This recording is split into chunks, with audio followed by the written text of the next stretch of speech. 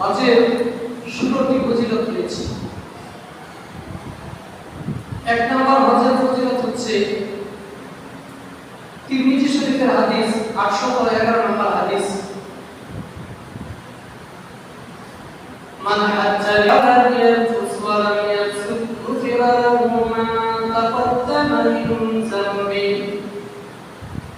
রাসূল আকরাম সাল্লাল্লাহু আলাইহি ওয়াসাল্লাম বলেন, যে ব্যক্তি আল্লাহ তাআলাকে সন্তুষ্ট করার জন্য হজ পালন করবে, সে হজ পালন করতে গিয়ে কোনো অশ্লীল কথা বলবে না, গুনার কথা উচ্চারণ করবে না, এবং সে কোনো গুনার কাজে জড়িত হবে না।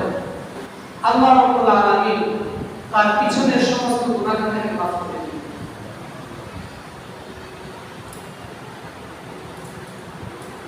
তো তিরমিজি শরীফের 811 নম্বর হাদিসের মধ্যে রাসূল আকরাম সাল্লাল্লাহু আলাইহি ওয়াসাল্লাম বলেন, মান হাজ্জা লিল্লাহি ফালাম ইয়ারফাস ওয়া লাম ইয়াফসুক রাজা'a কায়াউমিন ওয়ালাদাতুহু।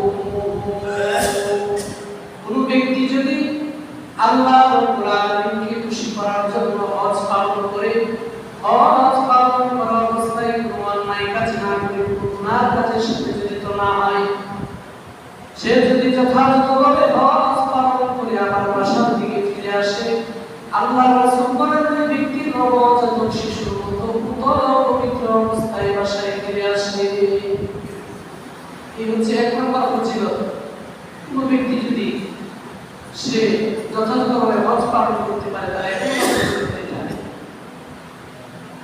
দ্বিতীয় নম্বর ফজিলত হচ্ছে বুখারী শরীফের হাদিস, قال رسول الله صلى الله عليه وسلم العمرة إلى العمرة كفارة لما بينهما। আল্লাহ রাসূল বলেন, কোন মানুষ যদি হজ করতে যায়, সে যদি উমরা হজ পালন করে, একবার উমরা হজ পালন করার পরে যদি আবার কিছুদিন পরে আবার উমরা হজ পালন করতে যায়, আল্লাহ রাসূল বলেন, আল-উমরাতু ইলা উমরা, এক উমরা থেকে অপর উমরা পর্যন্ত মাঝখানে যে সময়টুকু অতিক্রম হয়, এই দুই উমরার মাঝখানে যে সময় অতিবাহিত হয়, এই মাঝখানের সময়ের ভিতরে বান্দার যে অন্যায় অপরাধ বিচ্যুতি হয়ে যায়, দুইটি উমরা করার কারণে এই দুই উমরার মাঝে সমস্ত গুনাহ খাতাকে আল্লাহ মাফ করে দেন। এটা হচ্ছে দ্বিতীয় নম্বর ফজিলত। তৃতীয় নম্বর ফজিলত হলো সহিহ ইবনে খুজাইমা 2515 নম্বর হাদিস, আমর ইবনে আস রাদিয়াল্লাহু তাআলা যখন মৃত্যু শয্যায় সজ্জিত ছিলেন, মৃত্যুবরণ করার পূর্ব মুহূর্তে রাসূল আকরাম সাল্লাল্লাহু আলাইহি ওয়াসাল্লাম আমর ইবনে আসকে সান্ত্বনা দিলেন, আমা আনিতা আন্নাল ইসলাম ইয়াহদিমু মা কানা ক্বাবলা। হে আমর ইবনে আস, তুমি কি এই কথাটা জানো না, কোন মানুষ যদি সে ধর্ম গ্রহণ না করে ইসলাম ধর্মের ভিতরে না থাকে, ভিন্ন ধর্মাবলম্বী হয়, এরপর যদি মুসলমান হয়ে যায়, মুসলমান হওয়ার বদৌলতে আল্লাহ তাআলা তার পিছনের সব গুনাহগুলি মাফ করে দেন। এরপরে আল্লাহ রাসূল দেশ থেকে আরেক দেশে হিজরত করে চলে যায়।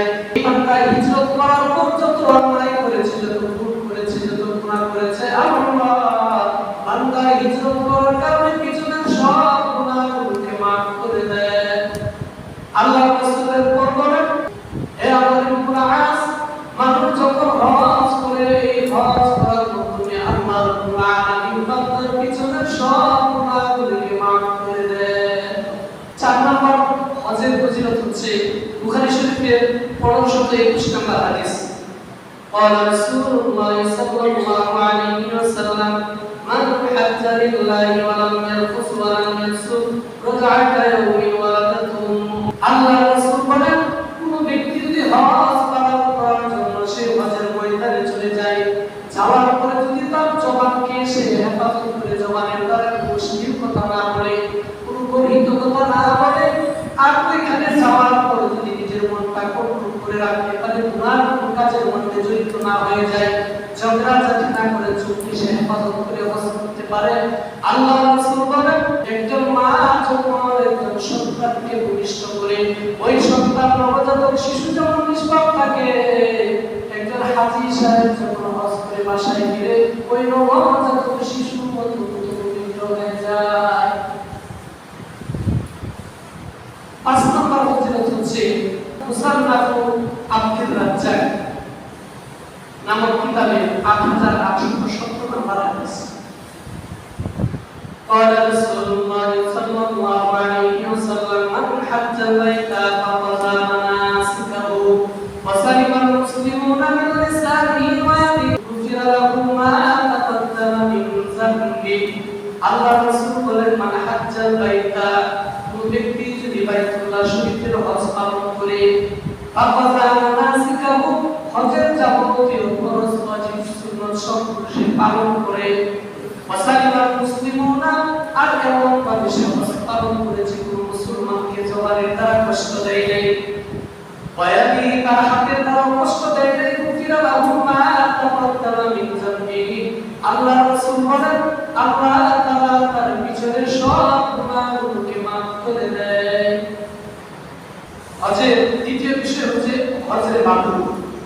হজের মধ্যে প্রকার আছে, দ্বিতীয় বিষয় হচ্ছে হজের মাবরুর। তো 6 নম্বর ফজিলত হচ্ছে সকালে আমাদের দিন হচ্ছে মাবরুর কাকে বলে? হজের মাবরুর বলা হয় যে হজে কোনো গুনাহ হয় না, কোনো রিয়া অহংকার থাকে না, আল্লাহর উদ্দেশ্যে হজ করা হয়। যে হজ করতে গিয়ে কোনো রিয়া অহংকার থাকে না, কোনো গুনাহের কাজে জড়িত হয় না, কোনো হিংসা অহংকার থাকে না, এই হচ্ছে হজে মাবরুর। 6 নম্বর ফজিলত বর্ণনা করতেছে হজের বুখারী শরীফের 1429 নম্বর হাদিস। আবু হুরায়রা রাদিয়াল্লাহু তাআলা থেকে হাদিসটি বর্ণিত। রাসূল আকরাম সাল্লাল্লাহু আলাইহি ওয়াসাল্লামকে প্রশ্ন করা হয়েছে, ইয়া রাসূলুল্লাহ, দুনিয়ার মধ্যে তো অনেক আমল আছে, কোন আমল এমন আছে যে আমলটা বড় শ্রেষ্ঠ, যে আমলটা বড় দামি, মূল্যবান? আল্লাহ রাসূল বলেন, ক্বালা ঈমানু বিল্লাহি ওয়া রাসূলিহি, আল্লাহর প্রতি ঈমান আনয়ন করা, তার রাসূল মুহাম্মদুর রাসূলুল্লাহর প্রতি ঈমান আনয়ন করা, এটা হলো শ্রেষ্ঠ আমল। কিলা সুম্মা মাযা, আল্লাহর রাসূলকে জিজ্ঞেস করা হয়েছিল, ইয়া রাসূলুল্লাহ, এরপরে কোন আমলটা শ্রেষ্ঠ? আল্লাহর রাসূল বলেন, জিহাদু ফি সাবিলিল্লাহ, আল্লাহর রাস্তায় জিহাদ করা, এটা হচ্ছে শ্রেষ্ঠ আমল। দ্বিতীয়বার জিজ্ঞেস করা হয়েছে, সুম্মা মাযা ইয়া রাসূলুল্লাহ, এরপর কোন আমল আছে? এটার পর আল্লাহর রাসূল বলেন, ক্বালা হজ্জুল মাবরুর, হজ্জে মাবরুর হলো শ্রেষ্ঠ আমল, যে হজের মধ্যে কোনো ঝগড়াঝাটি করা হয় না, কোনো অশ্লীল ভাষা ব্যবহার করা হয় না, যে হজের মধ্যে কোনো গুনাহ কাজে জড়িত হয় না, এই হজ হলো শ্রেষ্ঠ হজ। 7 নম্বর ফজিলত হচ্ছে বুখারী শরীফের 1773 নম্বর হাদিস। قال رسول الله صلى الله عليه وسلم العمرة إلى العمرة كفارة لما بينهما।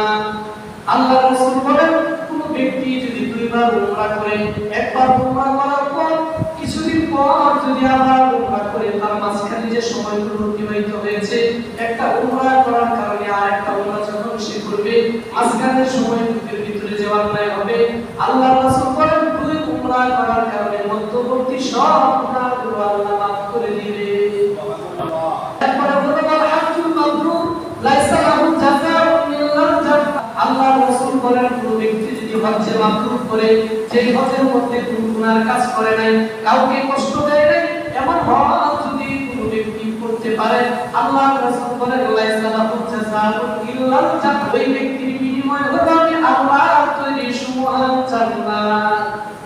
হজের 8 নম্বর ফজিলত হলো তিরমিজি শরীফের 810 নম্বর হাদিস।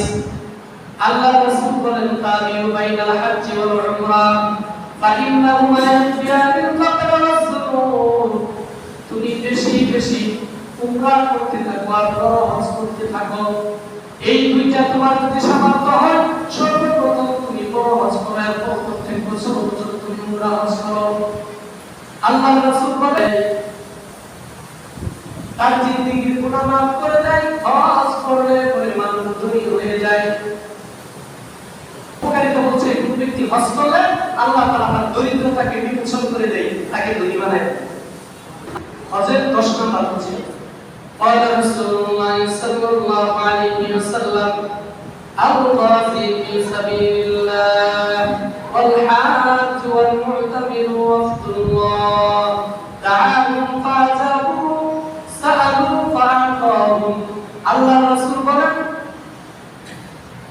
যে ব্যক্তি আল্লাহর রাস্তায় জিহাদ করে দ্বীন প্রতিষ্ঠিত করার জন্য, কালিমার পতাকাকে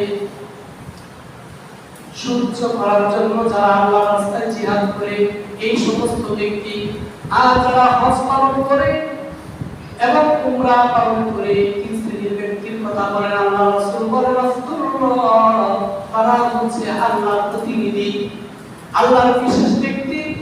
আল্লাহ রাসূল বলেন এই জন্য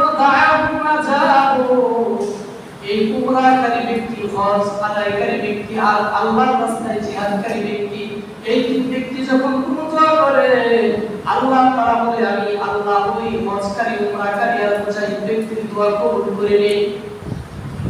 এরপর বলেন তখন তারা এই তিন শ্রেণীর ব্যক্তি যদি কোনো কিছু আল্লাহর কাছে প্রার্থনা করে, আল্লাহ বলেন আমি আল্লাহ তাআলা তাদেরকে দান করে দেই। 11 নম্বর ফজিলত হচ্ছে হাজী সাহেব যে দোয়া করে এই দোয়া কবুল হয়, এবং হাজী সাহেব যার জন্য দোয়া করে ওই দোয়াকে আল্লাহ তাআলা কবুল করে। মুসনাদে বাজ্জার 1155 নম্বর হাদিস, আল্লাহ রাসূল বলেন ইগফিরুল্লাহু লিল হাজ ওয়া লিমান ইস্তাগফারা লাহুল হাজ। আল্লাহ রাসূল বলেন যে ব্যক্তি হজ করবে ওই ব্যক্তি যখন হাজী সাহেব নিজের জন্য দোয়া করে আল্লাহ তাআলা হাজী সাহেবের দোয়াকে কবুল করে, ফেরত দেন না। এরপরে ওই হাজী সাহেব যখন অন্য কোনো ব্যক্তির জন্য দোয়া করে আল্লাহ বলেন সাথে সাথে আমি ওই হাজী সাহেবের দোয়াকে কবুল করে নিই।